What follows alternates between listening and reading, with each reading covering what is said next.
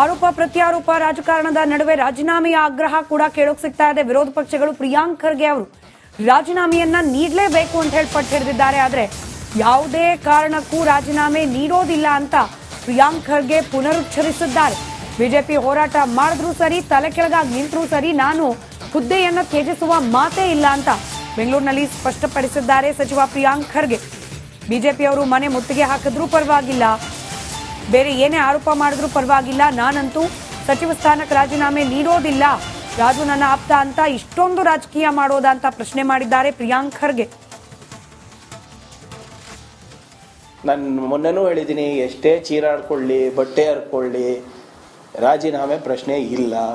ಬೇಕಾದರೆ ಈಗ ಒಂದು ಸಾಕ್ಷಿ ಕೊಟ್ಟು ಮಾತಾಡಲಿ, ಅವಾಗ ನಾವು ಮಾತಾಡ್ಬೋದು. ಇಲ್ಲಾಜಿಕಲ್ಲಾಗಿ ಮಾತಾಡಿದ್ರೆ, ಯಾವುದೇ ಕಾನೂನು ಆಧಾರಿತವಾಗಿ ಮಾತಾಡಲಿ, ಸಾಕ್ಷಿ ಇರಲಾರ್ದೆ ಮಾತಾಡಿದ್ರೆ ಏನಂತ ದಿನ ಉತ್ತರ ಕೊಡೋದೇ ಆಗುತ್ತೆ ಅವರಿಗೆ? ಅದೇ ಕೆಲಸ ಆಗುತ್ತೆ ನಮಗೆ. ಫಸ್ಟ್ ನಿಮ್ಮ ಪಾರ್ಟಿನವರಿಗೆ ನೋಟಿಸ್ ಕೊಡೋ ಧೈರ್ಯ ಮಾಡಿ, ಆಮೇಲೆ ಬಂದು ನಮ್ಮ ಮನೆ ಮುದ್ಗೆ ಹಾಕಿ. ಮುಂಚೆ ಏನೋ ಹೇಳ್ಬಿಡಿ, ಎಷ್ಟು ಜನ ಬರ್ತಾ ಇದ್ದೀರ ಅಂದ್ರೆ ಅಟ್ಲೀಸ್ಟ್ ಟೀ ಕಾಫಿ ವ್ಯವಸ್ಥೆ ಮಾಡ್ತೀವಿ, ಮತ್ತು ಅಲ್ಲಿ ಬಂದು ನೀರು ಕೊಟ್ಟಿಲ್ಲ ಅಂತ ಅದಕ್ಕೆ ಒಂದು ಪ್ರತಿಭಟನೆ ಮಾಡ್ತೀರಾ. ಸೊ ಅದರಿಂದ ಇವೆಲ್ಲನೂ ಕೂಡ ಅವರು ನಾಯಕತ್ವವನ್ನು ಏನೋ ಪ್ರದರ್ಶನ ಮಾಡಲಿಕ್ಕಷ್ಟೇ. ಇವ್ರು ಇಷ್ಟೆಲ್ಲ ಹೇಳ್ತಾ ಇದ್ದಾರಲ್ಲಪ್ಪ. ನಿನ್ನೆ ಏನಂದ್ರು, YJPನವರು ವಕ್ಫ್ ಹೋರಾಟ ಮುಂದುವರಿಸ್ತೀನಿ ಅಂದ್ರಲ್ವಾ? ಏನಾಗ್ತಾ ಇದೆ ಮತ್ತೆ? ಇವ್ರ ಮಾತಿಗೆ ಬೆಲೆ ಇದೆ ಅಂತೀರಾ? ಒಬ್ರು ಸೈಲೆಂಟ್ ಆಗ್ತಾರಂತೆ, ಇನ್ನೊಬ್ರು ವೈಲೆಂಟ್ ಆಗ್ತಾರಂತೆ. ಇವ್ರ ಮಾತಿಗೆ ಬೆಲೆ ಇದೆಯಾ? ಸೊ ಅವ್ರ ಪಕ್ಷದಲ್ಲೇ ಅವ್ರ ಮಾತಿಗೆ ಬೆಲೆ ಇಲ್ಲ ಅಂದಾಗ why should Congress party give value to give any ಇವ್ರ ಮಾತಿಗೆ ನಾವು ಯಾಕ್ರಿ ಬೆಲೆ ಕೊಡಬೇಕು? ಇವ್ರು ಸುಪ್ರೀಂ ಕೋರ್ಟಾ? ಇವರೆಲ್ಲ ಹೇಳ್ತಾ ಇದ್ದಾರಲ್ಲ ಇವಾಗ ನಾವು ರಾಜೀನಾಮೆ ಕೊಡಬೇಕು, ಅದು ಇವ್ರು ಸುಪ್ರೀಂ ಕೋರ್ಟಾ? ಆಮೇಲೆ ನಾವು ಹೇಳ್ತಾ ಇರೋದು ಪದೇ ಪದೇ ಬೇಸ್ಡ್ ಆನ್ FSL ರಿಪೋರ್ಟ್. ಏನಾದರೂ ಸಾಮಾನ್ಯ ಪ್ರಜ್ಞೆ ಇದೆಯೇನ್ರಿ? Do they have any common sense? ನಂದ FSL ರಿಪೋರ್ಟು, ನಾನು ನಡೆಸ್ತಾ ಇದ್ದೀನ ಕೇಸು?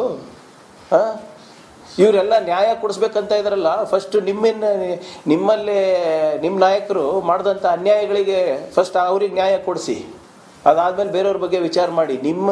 ನಿಮ್ಮ ಏನು ಕಾಂಡಕ್ಟಿಂದ ನಿಮ್ಮಿಂದ ಆದಂಥ ವಿಕ್ಟಮ್ಸಿಗೆ ಫಸ್ಟ್ ನ್ಯಾಯ ಕೊಡಿಸಿ, ಅದಾದ್ಮೇಲೆ ಬೇರೆಯವ್ರ ಬಗ್ಗೆ ಮಾತಾಡಿ. ನಾನು ಯಾವತ್ತನ ಹೇಳಿದ್ದೀನಿ ನಾನು ಕಾನೂನು ಅಂತ? ಕಾನೂನಲ್ಲಿ ಏನು ನಡೆಯಿದೆ, ಕೋರ್ಟ್ನಲ್ಲಿ ಏನಿದೆ, ಸಾಕ್ಷಿಗಳೇನಿದೆ, FSL ರಿಪೋರ್ಟ್ ಏನಿದೆ, ಅದರ ಆಧಾರದ ಮೇಲೆ ನಾನು ಮಾತಾಡ್ತಾ ಇರೋದು. ನೀವು ಯಾವ ಆಧಾರದ ಮೇಲೆ ಮಾತಾಡ್ತಾ ಇದ್ದೀರಾ ಸ್ವಾಮಿ? ಯಾವ ಆಧಾರದ ಮೇಲೆ ಮಾತಾಡ್ತಾ ಇದ್ದೀರಾ? ನಾನು ಹೇಳ್ತಾ ಇದ್ದೀನಲ್ಲ, ಇಟ್ಟು ಮಾತಾಡಿ, ಸುಮ್ಮನೆ ಏನು ಗಾಳಿನಲ್ಲಿ ಗುಂಡು ಹಾರಿಸೋದಲ್ಲ. ರಾಜೀನಾಮೆ ಕೊಡೋ ಪ್ರಶ್ನೆಯೇ ಇಲ್ಲ ಅಂತ ಹೇಳಿ ಪ್ರಿಯಾಂಕ್ ಖರ್ಗೆ ಹೇಳ್ತಿದ್ರೆ, ಇತ್ತ ಬಿಜೆಪಿ ರಾಜ್ಯಾಧ್ಯಕ್ಷ ವಿಜಯೇಂದ್ರ ಅವರು ಪ್ರಿಯಾಂಕ್ ಖರ್ಗೆ ರಾಜೀನಾಮೆ ನೀಡಲೇಬೇಕು ಅಂತ ಮತ್ತೆ ಮತ್ತೆ ಆಗ್ರಹಿಸುತ್ತಿದ್ದಾರೆ.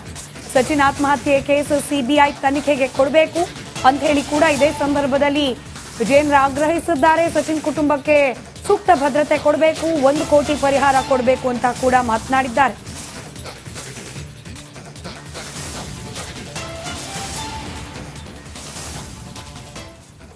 ಹಾಗಾಗಿ ಮೊದಲದಾಗಿ ನಾ ಹೇಳ್ತಕ್ಕಂಥದ್ದು, ಮಾನ್ಯ ಗೌರವಾನ್ವಿತ ಸಚಿವರಾಗಿರ್ತಕ್ಕಂಥ ಪ್ರಿಯಾಂಕಾ ಖರ್ಗೆ ಅವರಿಗೆ ನಾನು ಹೇಳೋದಕ್ಕೆ ಇಷ್ಟಪಡೋದು, ಯಾಕೆಂದ್ರೆ ಪ್ರಿಯಾಂಕಾ ಖರ್ಗೆ ಅವರು ಅಂತ ಹೇಳಿದ್ರೆ ಅವರ ಇಲಾಖೆ ಕೇವಲ ಗ್ರಾಮೀಣ ಅಭಿವೃದ್ಧಿ ಇಲಾಖೆ ಅಥವಾ ITBT ಅಂತ ಅನ್ಕೋಬೇಡಿ. ನೀವು ಸದನದಲ್ಲೂ ಕೂಡ ತಾವು ನೋಡಿದಿರಿ, ಸರ್ವ ಇಲಾಖೆ ಸಚಿವ, ಎಲ್ಲ ಇಲಾಖೆಗೂ ಕೂಡ ಅವರೇ ಮೇಟಿ, ಅವರೇ ಉಸ್ತುವಾರಿ. ಇವತ್ತು ಪ್ರಿಯಾಂಕಾ ಖರ್ಗೆ ಅವರು ಏನ್ ಹೇಳಿದ್ದಾರೆ, ಬಿಜೆಪಿಯವರಿಗೆ ಚಟ ಅನ್ನೋ ಅರ್ಥದಲ್ಲಿ ಮಾತನಾಡಿದ್ದಾರೆ.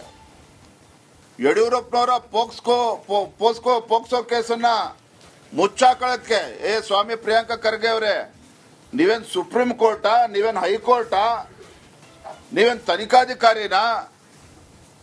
ನೀವೇನ ಕೇಸ್ ಬಗ್ಗೆ ಮಾತನಾಡ್ತಕ್ಕಂಥದ್ದು? ಇನ್ವೆಸ್ಟಿಗೇಷನ್ ಯಾತಕ್ಕೋಸ್ಕರ ನಾವು CBI ತನಿಖೆ ಕೊಡಬೇಕು ಅಂತ ಹೇಳಿದ್ರೆ, Raju Kapoor not ordinary person, ಬಹಳ ಪ್ರಭಾವಿ ಮುಖಂಡ. ಸಿದ್ದರಾಮಯ್ಯನವರು, DK ಶಿವಕುಮಾರ್ ಅವರು ತೊಡೆ ಮೇಲೆ ಕೂರಿಸ್ಕೊಂಡಿಲ್ಲ ಅಷ್ಟೇ. ನೋಡಿ ದಯವಿಟ್ಟು ಚಿತ್ರ, ಇನ್ನೂ ಸ್ವಲ್ಪ ದಿನ ಬಿಟ್ರೆ ತಲೆ ಮೇಲೂ ಕೂಡ ಕೂರಿಸ್ಕೊಳ್ತಾರೆ ಇವನ್ನ. ಹಾಗಾಗಿ ಬಹಳ ಪ್ರಭಾವಿ ಮುಖಂಡ ಇದ್ದಾನೆ. ಹಾಗಾಗಿ ಇದು CBI ತನಿಖೆ ಆಗ್ಬೇಕಂತ ನಾವು ಕೇಳ್ತಾ ಇದ್ದೇವೆ. ರಾಜು ಕಪ್ನೂರವರು ನಿಮ್ಮ ಬಿಜೆಪಿ ನಾರ್ತ್ ಅಭ್ಯರ್ಥಿ 2 ಸರಿ ಬಿಜೆಪಿ ಚಂದು ಪಾಟೀಲ್ ಅಂತ ಯಾರಿದ್ದಾರೆ ಅವ್ರ ಜೊತೆ ಇದ್ದಾರೆ. ಹಂಗಂದ್ರೆ ಅವ್ರದ್ದು ಇದನ್ನ ಅವ್ರದ್ದೆಲ್ಲ ನೆಂಟರು ಬೀಗರ ಅವರು, ಅಂದರೆ ಅವರು ಶಾಮೀಲಿದ್ದಾರೆ ಅಂತ ಅರ್ಥ ಆಯ್ತಾ? ಈ ರಾಜು ಕಪ್ನೂರ್ ನಮ್ಮ ಪಕ್ಷದ ಬರೋಕ್ಕಿಂತ ಮುಂಚೆ ಯಾವ ಪಾರ್ಟಿನಲ್ಲಿದ್ದರು? SC ಮೋರ್ಚಾ ಅಧ್ಯಕ್ಷರು ಬಿ ಜೆ ಪಿದು. ಅಂದರೆ ನಾರಾಯಣ ಸ್ವಾಮಿ ಚೆಲುವಾದಿ ಇರ್ಬೋದು, ನಿಮ್ಮ ಅಶೋಕ್ ಅವ್ರು ಇರ್ಬೋದು, ವಿಜೇಂದ್ರ ಅವ್ರು ಇರ್ಬೋದು, ಇವರೆಲ್ಲರೂ ಶಾಮೀಲ್ ಅಂತ ಹೇಳೋಕ್ಕಾಗತ್ತಾ? ಫೋಟೋಗಳು ಹಲವಾರಿದೆ, ಸತ್ಯ ಏನಿದೆ? ನಾವು ಯಾವತ್ತನ ಹೇಳಿದೀವ, ಡಿನೈ ಮಾಡಿದೀವ is not from our party ಅದು ಇದು ಅಂತ ಏನಾದರೂ ಹೇಳಿದೀವ? ಇಲ್ಲ. ಭಾಳ ಸ್ಪಷ್ಟವಾಗಿ ಆತನೇ ಬಂದು ಒಂದು ಹೇಳಿಕೆ ಕೊಟ್ಟಿದ್ದಾನೆ.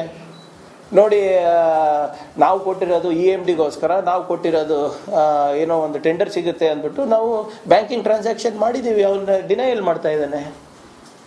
ಸೊ ಅವ್ರದ್ದು ಒಂದು ಹೇಳಿಕೆ ಇದೆ, ಇವ್ರದ್ದು ಒಂದು ಹೇಳಿಕೆ ಇದೆ, ಸತ್ಯಾಂಶ ಹೊರಗೆ ಬರ್ಬೇಕಂತ ನಾವು ಹೇಳ್ತಾ ಇದ್ದೀವಲ್ಲ. ಹಿಂಗೆ ನಾವು ಮಾತಾಡ್ದಂಗೆ ಲಾಜಿಕಲಿ BJP ಯಾಕೆ ಮಾತಾಡ್ತಾ ಇಲ್ಲ?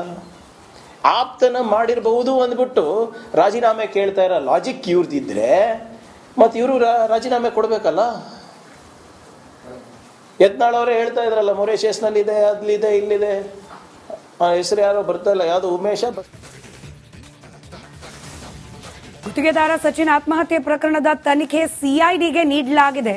CBIಗೆ ವಿರೋಧ ಪಕ್ಷಗಳು ಆಗ್ರಹಿಸ್ತಾ ಇರುವ ವಿಚಾರಕ್ಕೆ ಸಂಬಂಧಪಟ್ಟಂತೆ ಗೃಹ ಸಚಿವ ಡಾಕ್ಟರ್ ಜಿ ಪರಮೇಶ್ವರ್ ಅವರ ಪ್ರತಿಕ್ರಿಯೆ ಇದೆ. ಆಲ್ರೆಡಿ CID ತನಿಖೆ ಮಾಡ್ತಾ ಇದೆ, ಅನಾವಶ್ಯಕವಾಗಿ ಸಚಿವರ ಹೆಸರನ್ನ ಇದರಲ್ಲಿ ತರಲಾಗಿದೆ ಅಂತ ಹೇಳಿ ತನಿಖೆಗೂ ಮೊದಲೇ ಕ್ಲೀನ್ ಚಿಟ್ ಕೊಟ್ಟಂತೆ ಮಾತನಾಡಿದ್ದಾರೆ ಗೃಹ ಸಚಿವರಾದ ಡಾಕ್ಟರ್ ಜಿ ಪರಮೇಶ್ವರ್. CID ತನಿಖೆ ನಡೆಸ್ತಿದೆ ಅಂತ ಹೇಳಿರೋದು ಪರಮೇಶ್ವರ್ ಅವರೇ, ಸಚಿವರ ಹೆಸರನ್ನ ಅನಾವಶ್ಯಕವಾಗಿ ತರಲಾಗಿದೆ ಅಂತ ಹೇಳ್ತಿರೋದು ಗೃಹ ಸಚಿವರೇ. CBI ಕೊಟ್ಟಿಲ್ಲ ಪ್ರಕರಣವನ್ನ, ಆದ್ರೆ CID ಕೂಡ ತನಿಖೆ ಮಾಡಿ ರಿಪೋರ್ಟ್ ಇನ್ನೂ ಕೈ ಕೊಟ್ಟಿಲ್ಲ. ಅಷ್ಟರಲ್ಲಿ ಆಲ್ರೆಡಿ ಸಚಿವರಿಗೆ ಕ್ಲೀನ್ ಚಿಟ್ ಕೊಡೋ ಹಂತದಲ್ಲಿ ಮಾತನಾಡಿದ್ದಾರೆ ಗೃಹ ಸಚಿವ doctor G Parameshwar. Death note ನಲ್ಲಿ ಮಲ್ಲಿಕಾರ್ಜುನ್ ಖರ್ಗೆ ಅವ್ರದ್ದಾಗ್ಲಿ ಪ್ರಿಯಾಂಕ್ ಖರ್ಗೆ ಅವ್ರದ್ದಾಗ್ಲಿ ನೇರವಾಗಿ ಹೆಸರಿಲ್ಲ ಅಂತ ಹೇಳಿದ್ದಾರೆ.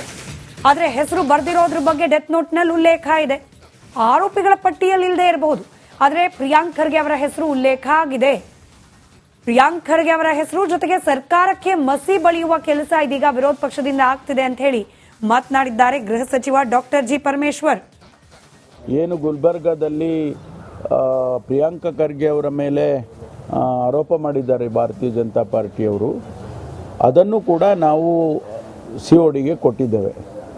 ಇವತ್ತು 10:30 11 ಗಂಟೆಗೆ ಕಚೇರಿಗಳು ತೆಗೆದ ಮೇಲೆ ಆದೇಶವನ್ನು ಹೊರಡಿಸ್ತೇವೆ.